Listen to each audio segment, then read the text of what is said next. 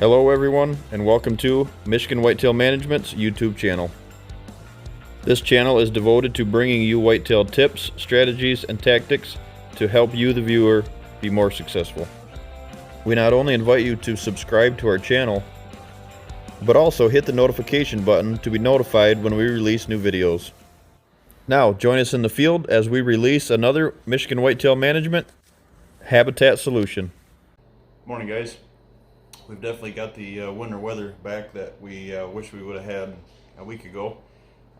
Going into the end of season, that would have been nice to have these cold temps and the snow on the ground to promote some of that movement back to these fields during daylight hours that we've all been struggling with. But it is what it is, and this year our goal is to help the folks out there that have been struggling with that. Not being able to take advantage of that last week of season because of some things that have, caused that movement to not be as great. And a lot of that is due to the early season nocturnal pressure or the nocturnal movement caused by us. So what we're doing today is I wanted to take a minute here to go over something that is being it's a pretty popular topic out in the industry right now, and a lot of folks are struggling with what they're finding and what it means is buck bedding area and bedding areas in general. So it's a very crucial topic that you hear us talk about all the time, but it's something, like I had said, you have to know the difference when you find it. So what we're going to start with is we're going to talk about just bedding areas in general. You should have a pretty good mindset on whether it's a private partial or whether it's a piece of ground that's public ground, or wherever that it is, a new partial or a partial that you've been hunting on for years. It all ties on what that movement from your bedding area to your feed. And the age-old saying, you can't kill a deer where he's at, you have to kill him where he's going to be. And that there's a lot of power to that, but there's a lot of meaning that is overlooked as far as how we accomplish that or how you get that done. So where the bedding area ties into this is you have to be able to notify or identify where your bedding areas are and what bedding areas you're hunting, so it makes sense on where the deer are hitting and where they're going, whether it's an oak flat out on public ground or whether it's high browse stem counts out on public ground, or if it's when it is legal, if it's a baiting station that they're going to, or private ground, whether that's a food plot, early season food plot, your clovers, or if it's a late season brassica plot that they're going to, that's pulling those deer from maybe some different distances that you weren't drawing from in the pre-rut and during the rut. Identifying a bedding area. Number one, identifying a doe bedding area.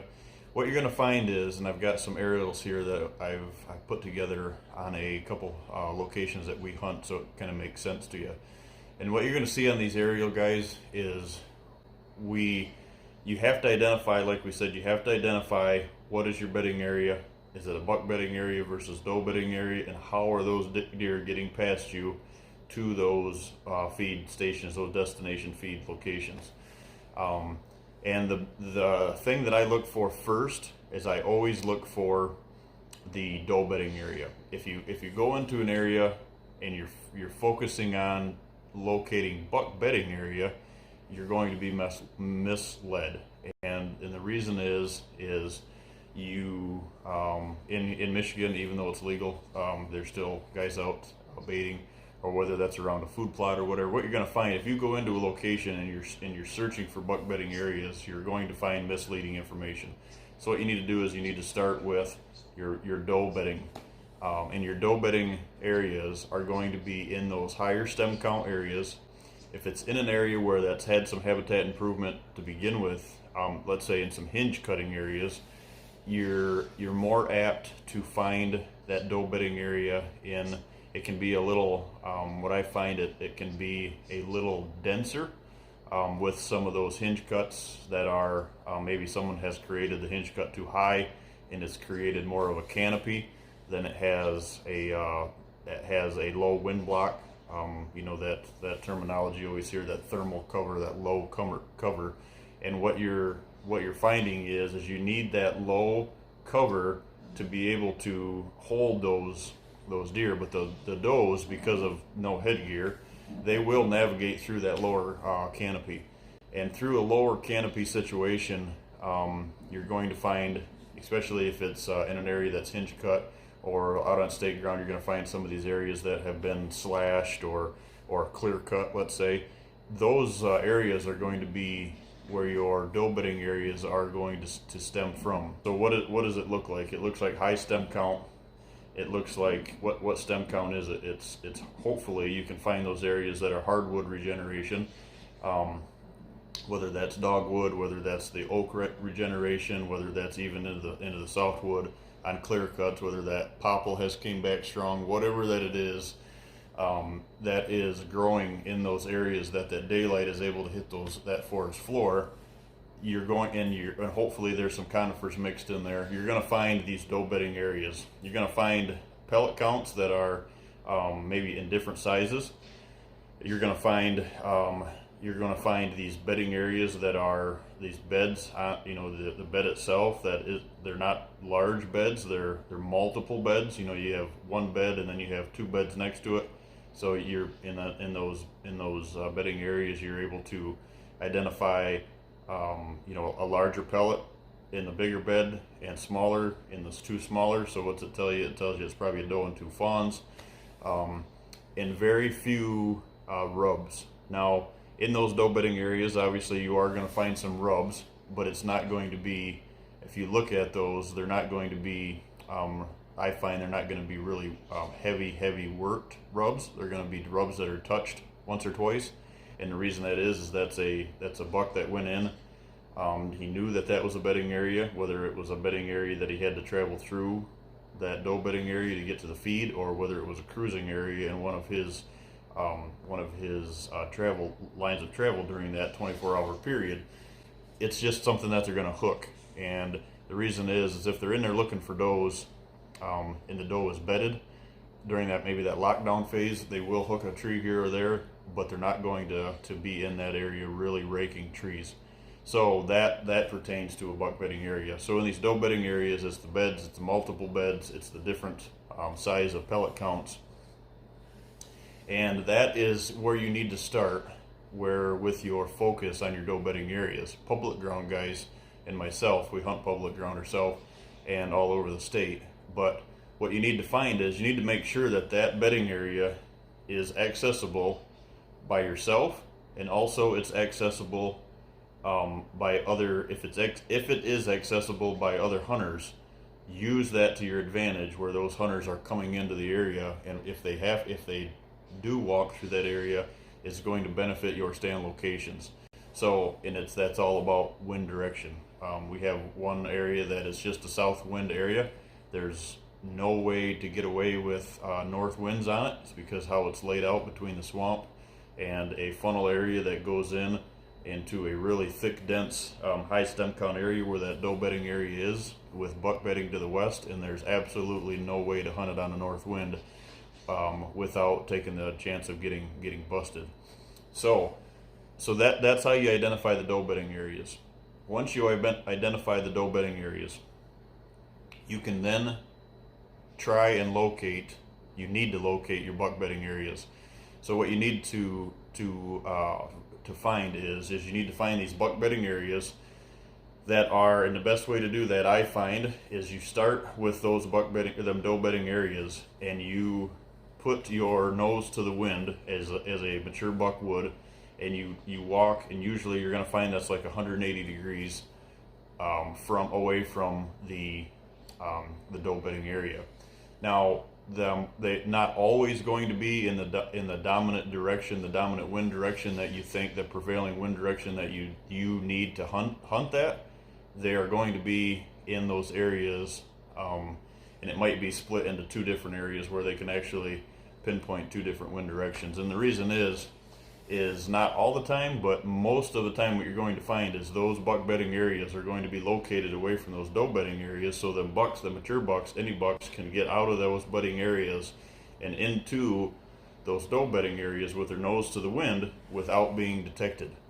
And without being detected is one, and with their nose to the wind, so they're scent checking those areas on the way there, which creates a perfect spot for that line of travel. And it also is a perfect location where you need to have these stands. Not in the bedding area, not on the food plot or on these oak ridges or these thick areas out on these high stem counts where these deer are feeding out on state ground. You have to be between point A and point B. Now, out in this aerial here that we'll show you, when this pops up, you'll see that what we've done in this location is we have created an area that is a area where there's high stem count. It is a future food plot area, and what we're going to do is we're going to hunt this over the next couple of years on the information that we have found. I've been on this area now for about 3 years, and we also hunt this with my son and stuff, so, and my daughter, and you have to treat this area very very special. And the reason is like I was saying, there's absolutely no way to hunt it on a north wind, but it is an area, it is a partial where there is pressure that comes in from the south, and that benefits us because we have to hunt it on a south wind. So what you'll see on this aerial again, when we bring this back up in a couple of different looks here, is you'll see the white areas are the bedding areas, and I've got them labeled buck bedding area, doe bedding area. And you have to notify those, because if you didn't know those two areas, you don't know the exact line of travel for these deer to get to that feed location. And so once you find that doe bedding area, now you've turned and you went towards those areas where you think the bucks are going to benefit to bed as far as buck bedding areas. Once you get into those areas, you're going to know that you have found it. Now, if you're in an area that you think this might be a buck bedding area, it's not a. I can almost guarantee you that it's not a mature buck bedding area. If the sign isn't multiple rubs, signpost that have been rubbed year after year after year, these perennial rubs and perennial scrapes. And if it's not in an area where you've hung a mock scrape or anything in there, if these are all natural scrapes that you're finding, if you're finding those direct line of travel routes, if you're finding, like I said, the rubs is a huge identification. Like we were talking earlier, in a doe bedding area, you're going to have those rubs that are just randomly hooked. And versus in a buck bedding area, once you find these, what you're going to what jumps right out at you in a buck bedding area should be the high number of rubs, the size of the rub, and the aggression of the rub. Now, you have to take those rubs and you have to look at those to make sure you're on the right path of the time of the year that you're wanting to hunt it. But what you do is you need to start searching. You need to get to that rub and you need to look on those rubs. Now, if all of the shavings are under the leaves, obviously you know that rub is a early season. It was created early season before the leaves fell. So that gives you that kind of that idea that yes, it's a buck bedding area, but he was in here early, and because of pressure or whatever the case is, maybe he wasn't in here later in the year. Now, if all the shavings are on top of the leaves, then you know, and the rubs are aggressive, then you know that that buck held in there through the early season, and he stayed in that buck bedding area through the rut. And if he's staying in that area through the rut or after the leaves have fallen, then your chances of harvesting that buck have just doubled. And the reason that is if he feels comfortable enough to be in that area, you have a chance of harvesting that deer next year at a higher percentage because of the fact that he felt comfortable this year. And unless you bump that deer out or someone else creates that October lull, that deer will not move from that area. He won't move too far. And if you can keep the pressure down, that's why I like on the estate ground setups is you need to really focus on getting these areas that are off the beaten path. Maybe, and it's not, to me guys, I find that sometimes it's not the 3/4 or a mile back in, which normally that's where they're at. But what I found is some of these spots are overlooked, like there are a lot of guys just walking past them, and whether that's through a bottleneck and you have 80 acres of area on each side on these state grounds, and guys are going through it to get to these back areas. Now, I wouldn't recommend looking in those areas where you only have 100 yards to a private fence, or you don't have any cover to the other side of you. That's not you don't have enough area to work with there out on state ground. But you do have the opportunity to take advantage of those areas that are back away from that everyday pressure that is created. These guys parking on the road or parking on a 2-track, walking on the 2-track, whatever it is, and it's easy accessible. You have to get in these areas like we try to find and create those, and not create them out on state ground, but find them out on state ground, and to be able to work with those areas. And it might take a year or two or most of the season to figure them out. But once you find them, and that's why the power of hunting those areas or scouting those areas like out on state ground is so powerful.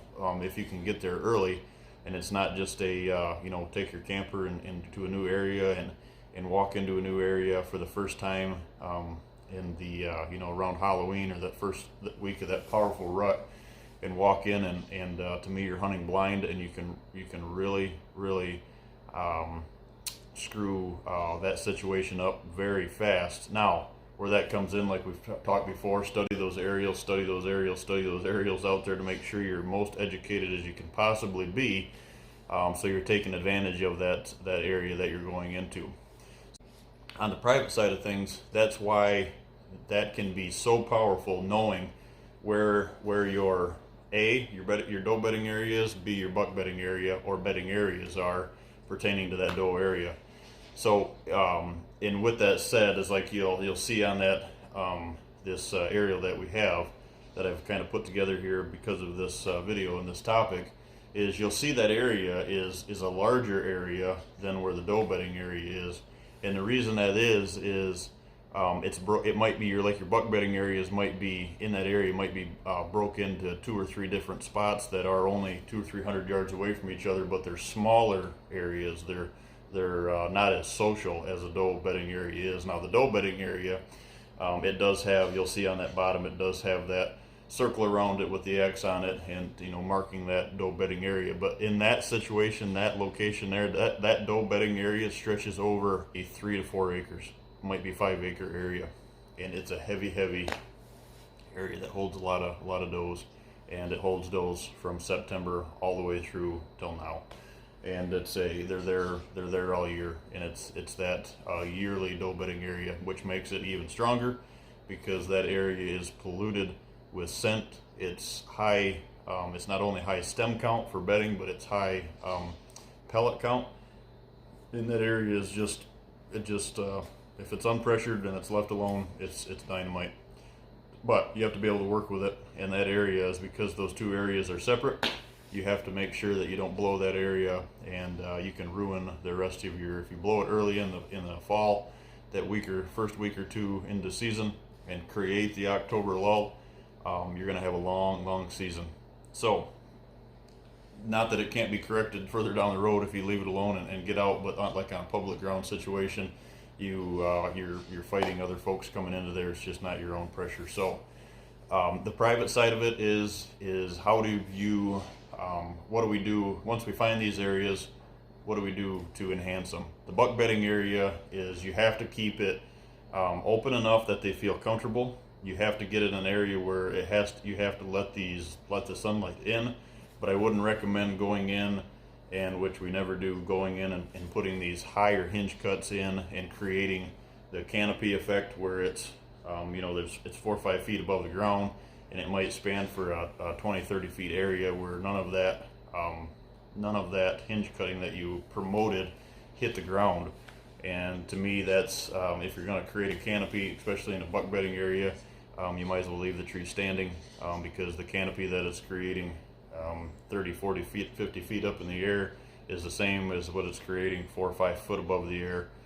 Because once that tree, and the whole thing of hinge cutting and promoting that bedding area is trying to get that stem count, to keep that tree alive over a span of a couple of years, and put that lower towards the ground, so they're actually being able to eat it and they're actually being able to navigate through it. But you're creating that wall of back bedding area, and they've got something to get out of the wind, especially when with that foliage comes back on those trees. So that kind of gives you a couple of ideas of how powerful buck bedding areas and doe bedding areas are, and you have to be able to find them. But what I get questions a lot is okay, I found a bedding area, but how do I know it's a buck bedding area versus a doe bedding area? I've also been told that I'm called a lot of different names, but said that there's no way to tell if it's a buck or doe bedding area. And don't fall into that trap. There are very, very powerful ways to make sure that that's a doe or buck bedding area, because in the rut, guys will say, hey, well, there's no difference between the two. I see these bucks bedding with these does in these doe bedding areas. You will, but it's during the rut, or it's during that short window of opportunity, that 24-hour to 48-hour window that those does are in heat, and then those bucks are going to travel. And where are they going to travel to? They're not going to be on their feet for 24 hours, making a circle and coming full circle back into those areas. They're going to be back into a buck bedding area situation. So you need to find those. You need to find the reason that they're so strong. You need to take advantage of that and really promote the movement or the huntability on those areas.